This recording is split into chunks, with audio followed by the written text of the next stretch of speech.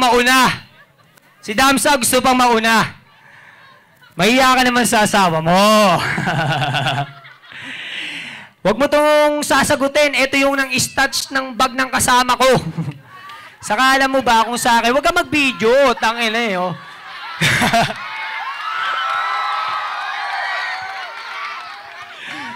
Pag ako sinagot mo, malawak yung lupain ko.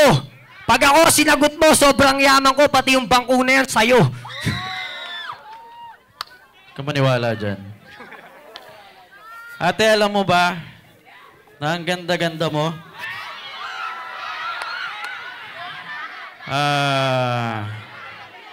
Crush kita, pero mas mahal ko yung asawa ko. At isa lang ang masasabi ko sa'yo, na pag sinagot mo ko, ang talino mo. Yun. Napakaganda ng nakaupo sa bangko na to. Sa totoo lang, pag sinagot mo ko ngayon, ibibigay ko si Sinyo sa'yo.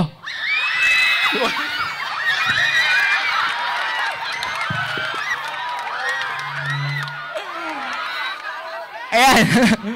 Wala pa man din. Tumatayo ka na. Huwag kang matakot. Pag isa kanya, tumayo na. Sinyo. Ibibigay ka niya. Ako, hindi ko kayang ibigay lahat sa'yo. Hindi ko yun kayang gawin. Kasi isipin mo naman kung paano ko yung gagawin, eh ikaw na ang ibig sabihin ng lahat para sa...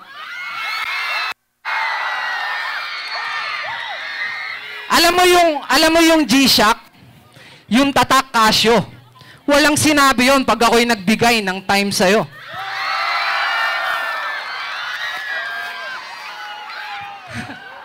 Bibigyan mo siya ng time. Sinyo, wag kang tanga. Ibibigay mo sa kanyang oras, Casio. Ibig sabihin, Casio yung iba.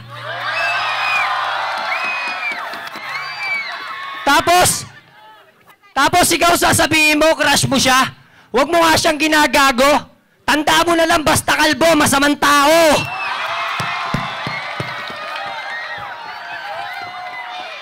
Yo, ate. Sinungaling yung mga yan. Nandito pa tayo mismo ngayon sa street side.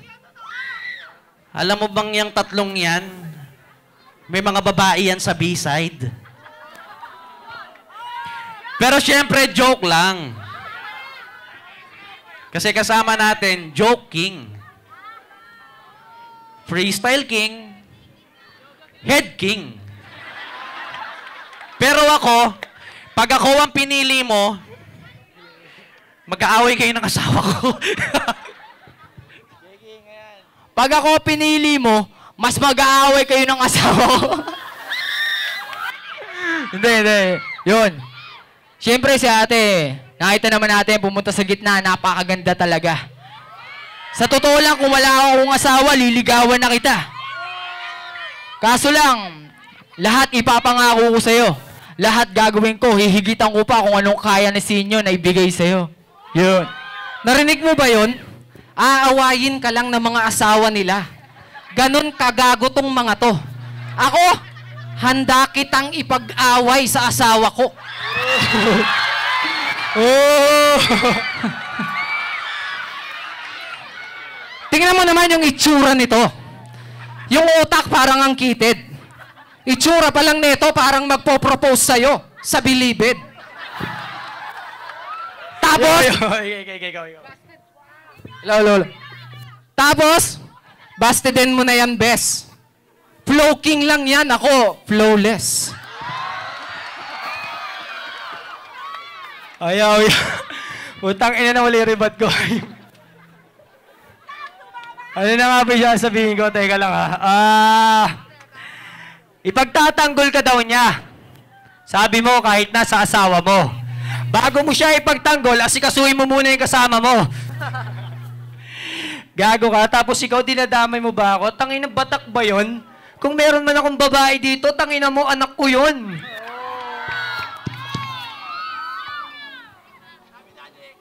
Sinungaling talaga, di ba? Huwag ka maniwala sa kanya. Kung yung mga asawa namin, aawayin ka lang, yung asawa niya, dadaganan ka.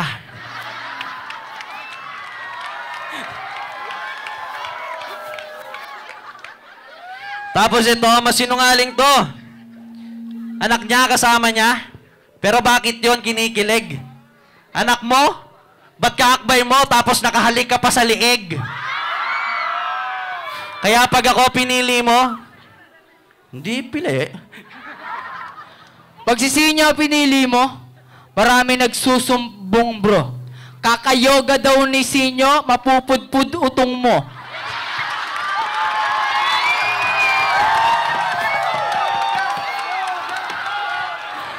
Di ba? Kaya nga na-demanda si Idol.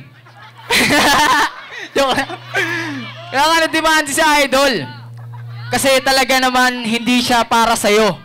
At hindi rin para sa'yo si Romano, lalong hindi para sa'yo yung kalbo. Pag ikaw daw ang niyoga ko, mapupudpud yung utong mo. Pero at least pangako, loyal ako. Yan lang talaga pupudpudin ko.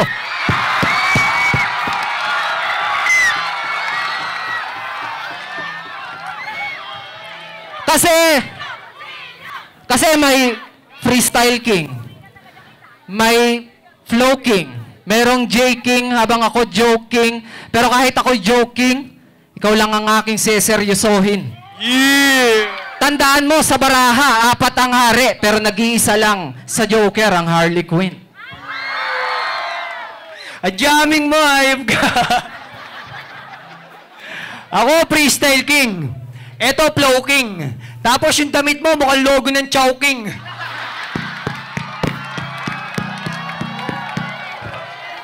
Tapos, siya lang yung seryosohin, nagjo-joke, tapos sa kanya nagpipix ka. Tanga na pagka ni-yoga ka niyan, may aerobics pa.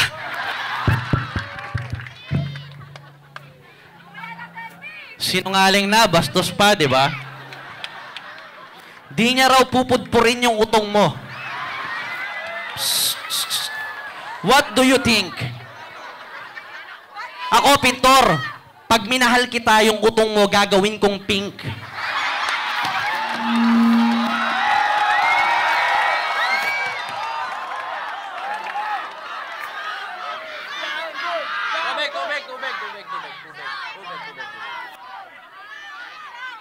Ha? Kaya sa mga sinabi ko, maniwala ka sa akin. Dahil bukod sa bisyo ko yung pagboboxing, ang trip ko na lang ngayon kumain. Kaya pag si Romano minahal mo, ganda ng buhok mo, masasayang magkakakuto. Kasi halos lahat ng kuto sa mundo nakatambay sa kanyang ulo. Usapang utong na to. Kaya huwag ka na magugulat. Hindi niya gagawing kulay pink yung utong mo kasi gagawin niyang kulay duhat. Pero ako, hindi kita gagalawin. Igagalang kita. Gusto ko ang magmano sa kamay mo eh. Akin na. Bakit ba ayaw niyong tigilan yung utong niya?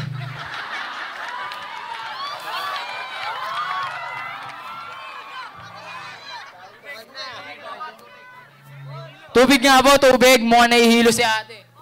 Saka ano dyan, oh, may tubig. Nahihilo si ate. Ano tubig? Patulong naman, tol. Ay, may nagbibigay, oh. Baka hindi tubig kailangan, baka yakapsul. Oh! Kasi yun nga, bakit ba ayaw niyong tigilan yung utong niya? Alam mo ba kung di kami naging tandem ni Tipsy D, baka partner tayong dalawa. Pag naging partner kayong dalawa, baka maglihi ka. Sa kanya, magiging duwat lang yung utong mo, baka may kamatsili pa. Tapos gago ka, punta ka ng VIP, doon ka magpahinga. Yung mga kuto, nakatambay sa ulo ko, yung sayo, dyan nakatira. Ikaw naman. Tung mga to ang babastos, no? Sira talaga ang mga tuktok. Pag ako nagmahal sa'yo, yung utong mo, lalagyan ko ng icing sa tuktok.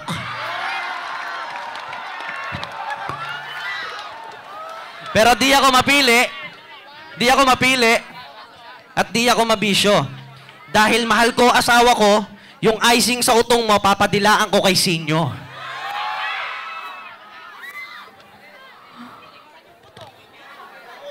Ano nangyayari sa utong niya? Tinikman nyo na. Ibahin na natin yung topic. Siyempre, mas mahalin pa natin siya. Kanina pa humihingi ng tubig. Waiter, please naman.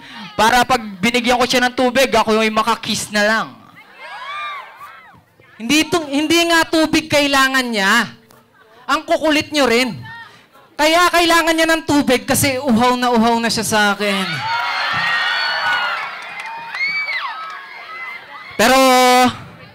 Pero okay lang yan, Inday. Talagang nakaka-dehydrate lalo na pag tulo laway. Yeah! Yo, kaya daw uhaw na to. Namumutla na. Kailangan niya daw ng tubig. Mali ka dun, men. Kaya kailangan niya ng tubig na lunod na sa lalim ng aking pagtingin. Pero tubig muna, pare. Tubig muna, hawa si ate. Madali mag-rebat eh. Ate, okay ka lang ba? Ilan to? Dalawa to. Wala.